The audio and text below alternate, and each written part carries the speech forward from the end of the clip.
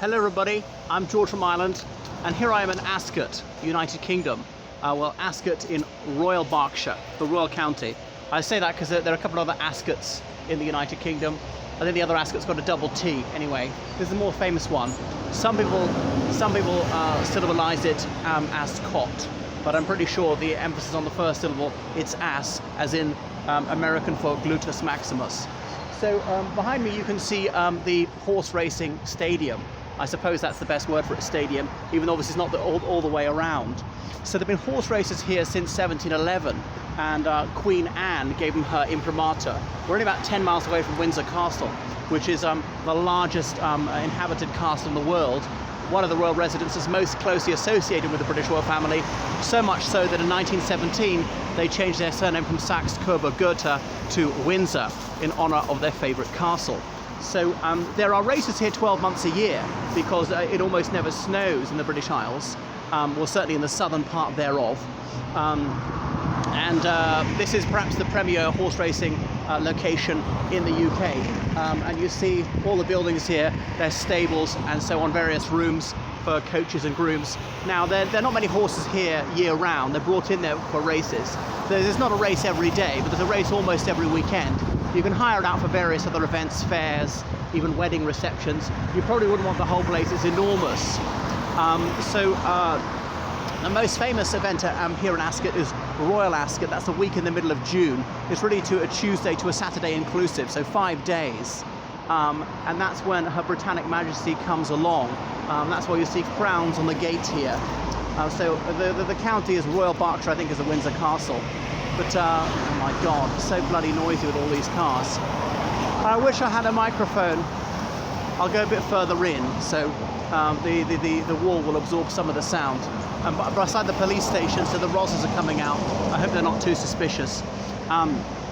Anyway, in Royal Ascot, the royal family come along and they go right to the end of the racetrack, a couple of miles down there. They get out of their cars, they get into horse-drawn carriages, and they're taken up the racetrack, and then they come towards the center of this huge stand, and people are cheering and applauding them.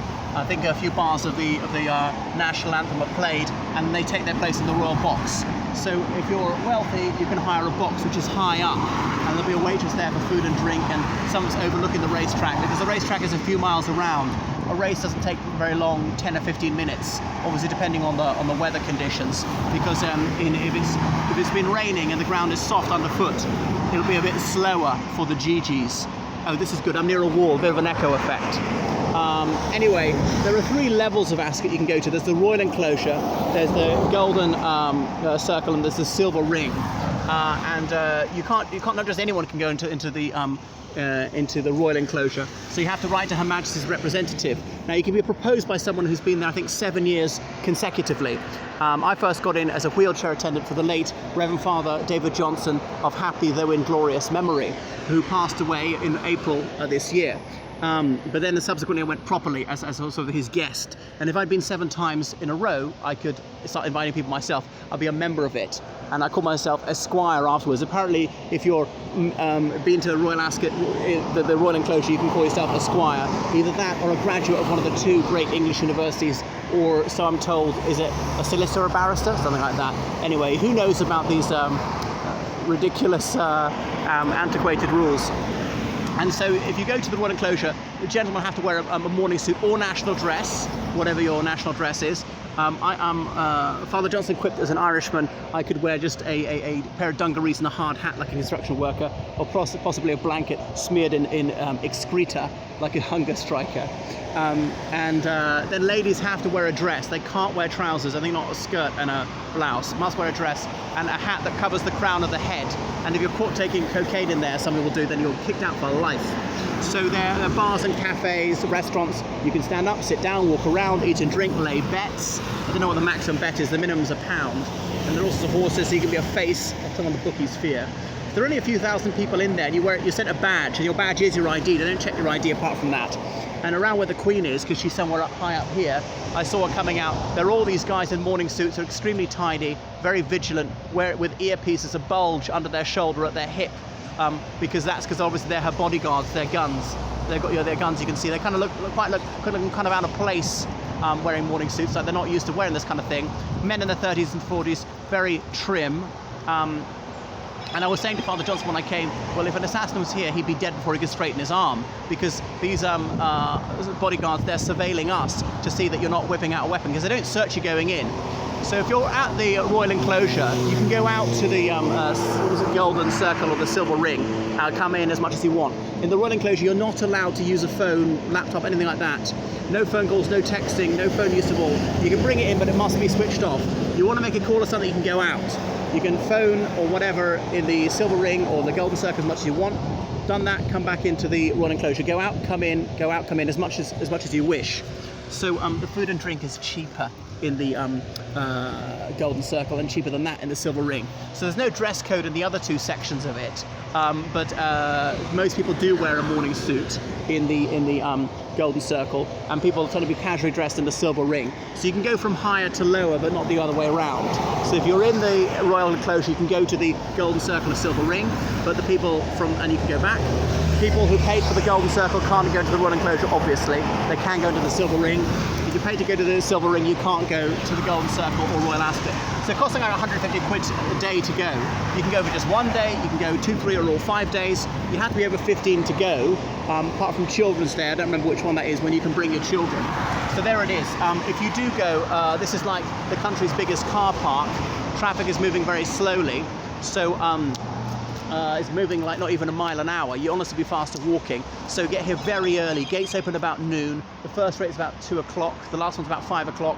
But they don't chuck you out for hours. People eventually come out because it's the middle of June. It's midsummer's day almost. So very long hours of sunshine. It'll be blazing sunshine till 10:30 at night if you're lucky. And so people are hanging around having picnics and parties in the gardens and parks around here. So it's a lovely day. You don't have to bet. You might want to have a flutter.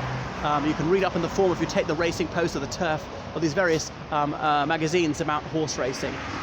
So that's Ascot. That's why it's so famous. And then they had Royal Ascot in June of 2004. Then they closed it for almost 2 years. They did a huge repair job. This stand here wasn't as high as it is now. There are various corporate boxes for corporate entertainment. You can hire a private one.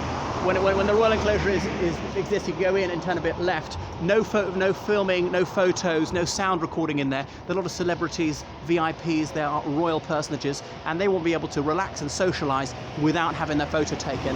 And some people say that rule against phone usage is a treat, because it's a thrill just to go for a few hours once a year not using a phone at all. Wow, how refreshing. A bit of detox from phone and computer usage.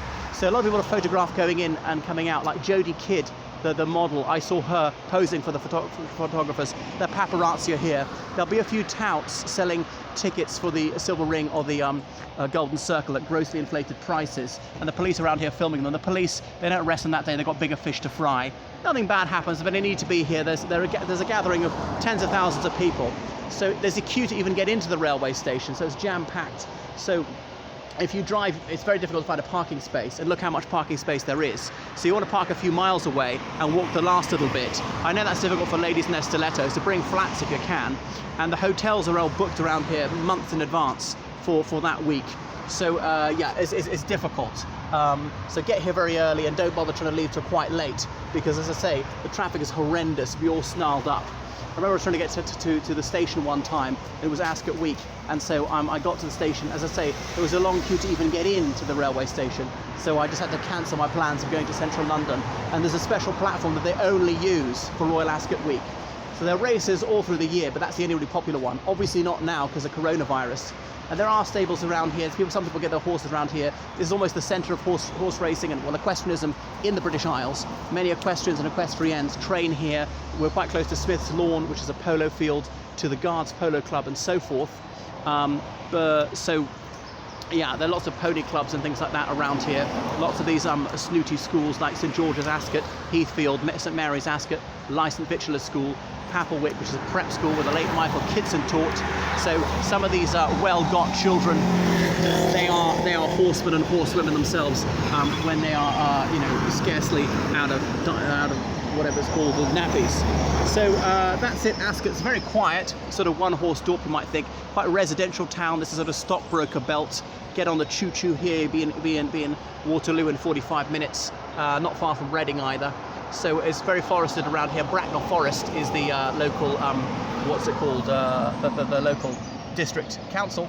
And the bank used to set up a special place there. People obviously withdrawing their money, and there's some ATMs here to lay in their bets. I'm not sure if you have to do them cash only. I haven't been here for 20 years, well, almost 18. That's it. That's really enough about Royal Ascot. So if you are not a British citizen, you can apply via your embassy or high commission if you write a few months in advance. Every embassy or high commission has a number of invitations they can issue. One of my friends is a Briton who's also a New Zealander, because he's born in New Zealand, and he wrote to the New Zealand High Commission. He got in that way because he couldn't be invited by a member, because a member can only, I think, introduce 2 new people per year to Royal Ascot. And I was told, oh, the establishment check you out if you're a disreputable person, you can't get in. And make sure you abide by the dress code, and you must wear your hat at all times, because people who are not suitably dressed won't be allowed in. There are things like that. What else can I point out? So Prince Andrew, who famously or notoriously took Ghislaine Maxwell and the late Jeffrey Epstein to the Royal Box when he was here years ago. So some people really like dressing up just for once. So it's a wonderful day. Even people like me don't really care about all things horsey, but it's difficult not to get excited in a horse race. Lay a bet, you know, you might come in at 99 to 1, romping home. So that's just a little bit about part of the season, one of these British summer social events, and that's the only one that's really swish, where people really go to town dressing up. If you don't have that much money, go to the Silver Ring. You can have almost the same experience, or the Golden Circle, for a fraction of the price, because you know that 150 quid a day to get into the Royal Enclosure, that's before you've bought a drink or a snack or laid a bet or anything like that. So it is pricey, this event. I went thrice ever. That's probably sufficient for me. And divorced people weren't even allowed in to the Golden Circle to the 70s, because that was considered a disgrace. It was that snooty, because then Princess Margaret divorced, so they couldn't ban the Queen's sister from coming in. So that's me, George from Ireland. If you like what you saw, please donate to me on PayPal, georgecallahan79@gmail.com. Callahan spelt Callahan. And so book online lessons with me and all sorts, and indeed I'll be your tour guide in Londinium when tourism reopens in about a century. Thank you so much for your kind attention. Toodle pip.